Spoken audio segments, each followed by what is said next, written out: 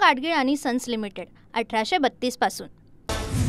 जयंत पाटील राजाराम बापूंचे औलाद नाही असं मी म्हणालो होतो ते खरं आहे। मी केलेली वक्तव्य कधीच माघारी घेत नाही। मुख्यमंत्री फडणवीसांच्या तंबीनंतरही गोपीचंद पडळकरांकडून पुन्हा एकदा वादग्रस्त वक्तव्य।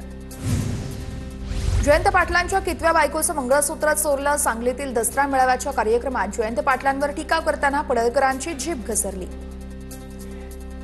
प्रत्युत्तर देण्यासाठी उत्तर दिलं असेल तर काहीही चूक नाही, अपशब्द वापरले जाणार असेल तर आरेला कार्य देण्याची धमक आमच्यात आहे। नवनाथ वन यांच्याकडून गोपीचंद पडळकरांची पाठराखण।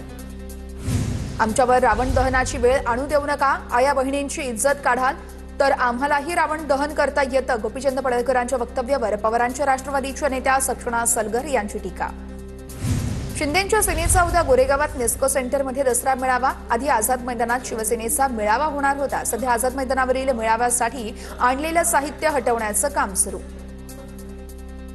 बाळासाहेबांचं नाव घेण्याची कुवत शिंदेंच्या शिवसेनेत नाहीये। शिंदेंच्या दसरा मेळाव्यात पैशांचा धूर निघणार। शिंदेंच्या मेळाव्यावर संजय राऊतांची टीका।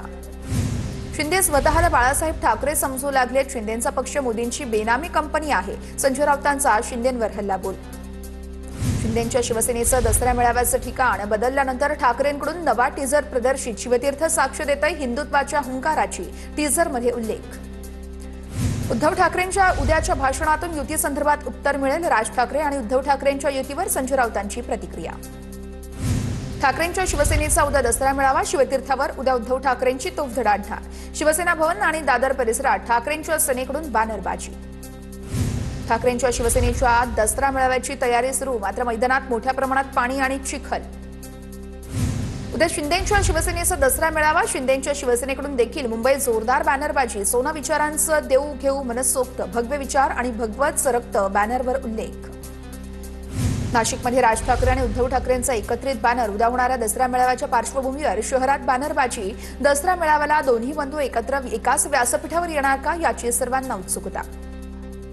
हे भिवंडी आहे, इथे मराठीची गरज काय? अबू आझमींचा सवाल। आझमींच्या भूमिकेमुळे भिवंडीमध्ये मराठी हिंदी वाद पुन्हा पेटला।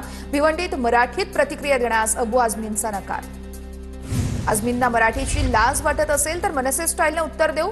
मनसे ठाणे जिल्हाध्यक्ष परेश चौधरींचा इशारा।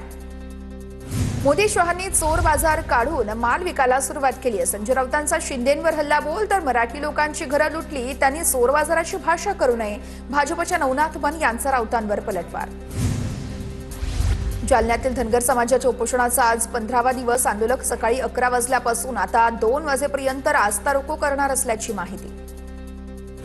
धनगर समाजाचं सोलापूर धुळे राष्ट्रीय महामार्गावरती रास्ता रोको आंदोलन। जालन्याच्या जामखेड फाटा परिसरात आंदोलन। सोलापूर धुळे राष्ट्रीय महामार्गावरती वाहनांच्या लांबच लांब रांगा।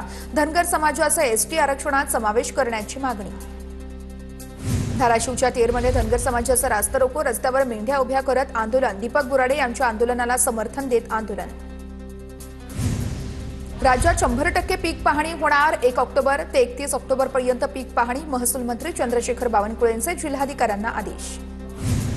निवडणुकीपेक्षा शेतकऱ्यांच्या मदतीकडे लक्ष द्या। निवडणुका येतच राहतील, पण लाखोच्या पोशिंद्यासाठी काम करा। भाजप वरिष्ठांचे पदाधिकारी आणि कार्यकर्त्यांना आदेश।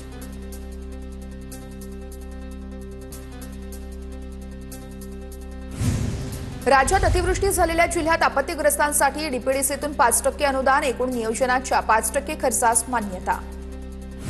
शेतकऱ्यांच्या नुकसान भरपाईसाठी आमदार रोहित पवार पाटील आक्रमक। सांगलीच्या तासगावमध्ये रोहित पाटील आज 1 दिवसीय लाक्षणिक उपोषण करणार। शेतकऱ्यांना सरसकट कर्जमाफी देण्याची रोहित पाटील यांची मागणी। लातूरच्या मांजरा नदीच्या पुरात हजारो हेक्टर शेती वाहून गेली। ज्वारी, सोयाबीन, तूर, ऊस पिकांचंही मोठं नुकसान। भातखेड भागात शेतीचा मोठा फटका। नांदेडच्या कोंढा गावात नुकसानग्रस्त शेतकऱ्याची आत्महत्या। मुलाच्या आत्महत्येनंतर वडिलांनी अवघ्या 12 तासात प्राण सोडले। अतिवृष्टी आणि आरक्षण नसल्याचा चिठ्ठीमध्ये उल्लेख।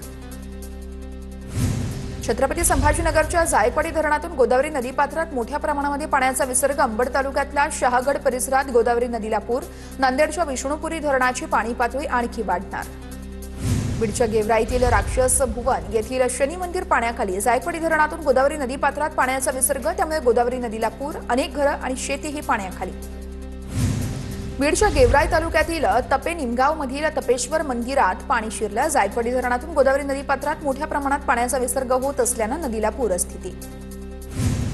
जायकवाडी आणि सिंदफणा धरणातील विसर्गामुळे गोदावरी नदीला पूरस्थिती। त्यामुळे परभणीच्या पाथरी तालुक्यातील अनेक गावांचा संपर्क तुटला। भारतीय सैन्य दल आणि पाथरी अग्निशमन विभागाकडून रात्री उशिरापर्यंत नागरिकांचं रेस्क्यू। जळगाव जिल्ह्यातील हतनूर धरणाचे 4 दरवाजे उघडले। धरणातून 16,000 क्युसेकने तापी नदीपात्रात विसर्ग। तापी नदीकाठच्या गावांना सतर्कतेचा इशारा।